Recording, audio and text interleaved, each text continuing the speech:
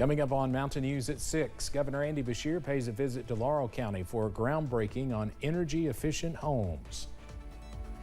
And one school in Floyd County receives a donation worth $250,000. Plus, we are tracking another strong storm chance later this week. Those details coming up as Mountain News at 6 starts now. Dedicated to Eastern and Southern Kentucky, this is WYMT Mountain News at 6. A new housing development is coming to Southern Kentucky that's said to focus on energy efficiency and affordability. Governor Beshear, along with local and state officials, were on hand to announce the development in Laurel County today. WYMT's Phil Pendleton explains how the homes will help save families money. A new development is coming to Laurel County, but these homes will be a bit different than traditional homes that you see under construction. A showcase neighborhood that will be recognized nationally for bringing more affordable, attainable homes that are they perform higher. Governor Andy Beshear says in the wake of higher home prices, skyrocketing mortgages, often utility costs that come with owning a home, are also outrageous. It's going to mean that not only can you afford to buy it, but you can afford to stay in it. The homes are being e-built with a focus on energy efficiency. Each of these homeowners will enjoy approximately $65 less per month in electric cost that'll be in their money, plus it helps them budget for more home and to have, a better life. These homes are partially built in factories and then finished on site, and they say that when they are finished, you really cannot tell a difference between a home that was built this way and those built traditionally all on site. The new homes should be open in late summer or early fall and are in a development called Redbud Estates. In a lot of construction, how homes are built, it's 60 years old in technology. No one's really advancing that. And that's what we're all about. Most of the homes are built in factories with the finishing touches of garage, porches, decks, and sidewalks built on site. In Laurel County, Phil Pendleton, WYMT Mountain News.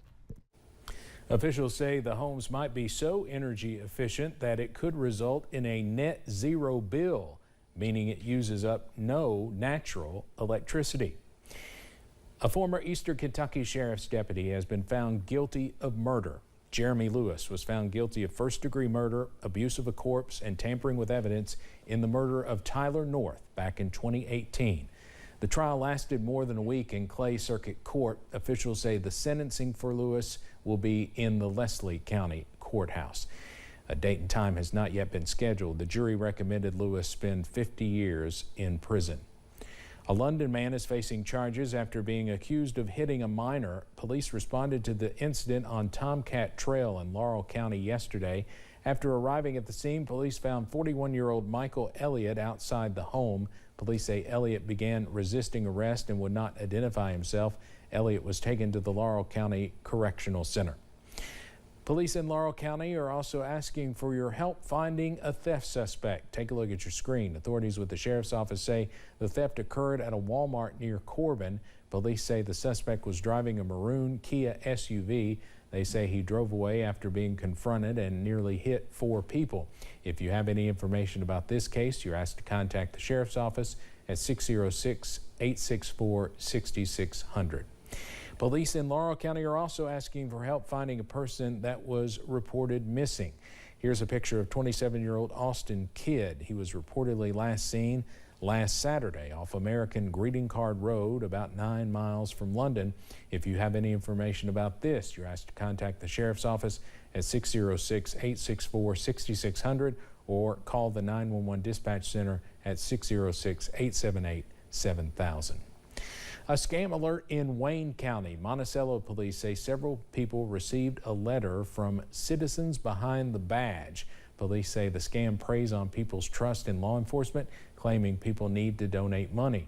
Monticello police say this is not a real charity and is a fake organization of scammers.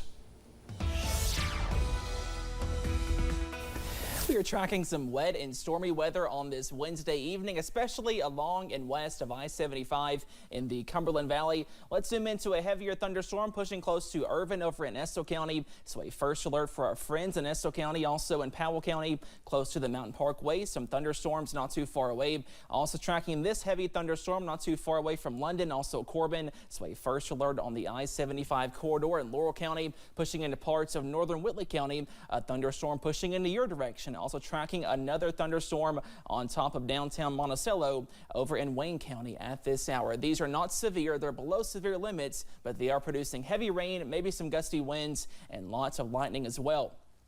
Notice as we zoom out, tracking some more showers and thunderstorms over northern Tennessee, also for parts of western and southern Kentucky, and this will continue pushing off to the east as we go into your Wednesday evening. Also Wednesday night, a small chance of a strong storm or a severe thunderstorm. The better chance for that will be in the Cumberland Valley along and west of I-75, but for most of us, we see more showers and maybe a few heavier downpours to go into tonight. Rain cooled close to Lake Cumberland, up to 68 for Somerset, up to 78 though over in Pike County. They had some more sunshine close to the Kentucky and West Virginia border. More off and on showers and storms are possible this evening. Those lows stay mild in the middle 60s. More showers on the way tomorrow and possibly another strong storm threat by Sunday. All those details on the way in just a few minutes. Steve? All right, Cameron, thank you. People in Letcher County continue to mourn the loss of an 11-year-old boy. The death occurred after it was believed the boy drowned in the North Fork of the Kentucky River in Blackie. An autopsy is being performed. No foul play is suspected. Well, something we tend to forget when it comes to water safety is what to do when someone else is in trouble. We know when it comes to water safety, you should always wear a life jacket, but what should you do if someone else is in danger? CEO of the YMCA Central Kentucky says it's important to call 911 first. Even strong swimmers should call 911, but that doesn't mean you have to wait for emergency services to start helping. She says it's important to be prepared regardless of where you are. If you have a plan, if you have a first aid kit, if you have flotation devices, then you go in prepared as opposed to just we're having an incident and we're not ready. She says the YMCA tries to help the community be prepared through clinics and encourages community members to take a water watcher pledge before the summer season. We have an update on a story we've been following the past few days. Officials with Kinetic by Windstream say the issues regarding phone outages in Perry County have been resolved, and several businesses did report their phone service was restored this morning. Officials say phone outage issues were first reported to Kinetic last week. Attorneys for former Rowan County Clerk Kim Davis say they plan to take her appeal to the U.S. Supreme Court. The Liberty Counsel filed a notice of appeal with the Sixth Circuit Court of Appeals. It comes after a jury ruled last year Davis had to pay a same-sex couple and their attorneys for refusing to issue a marriage license to the couple. The counsel argues Davis is protected under her First Amendment rights and was entitled to religious accommodations. In Harlan Independent School officials are giving staff a reason to celebrate. The school district announced a 10% raise for faculty and staff. Superintendent C.D. Morton says it's an important step in showing appreciation for educators. Morton adds news of the raise is already exciting employees.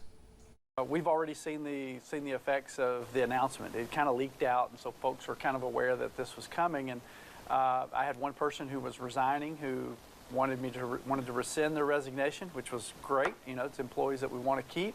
And then we've got several openings where the interest is much higher than it was the previous year.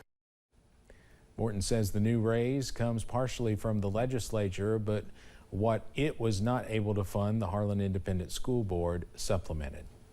Well, one area school just received a significant donation, which representatives say will establish its educational reach in the area for years to come.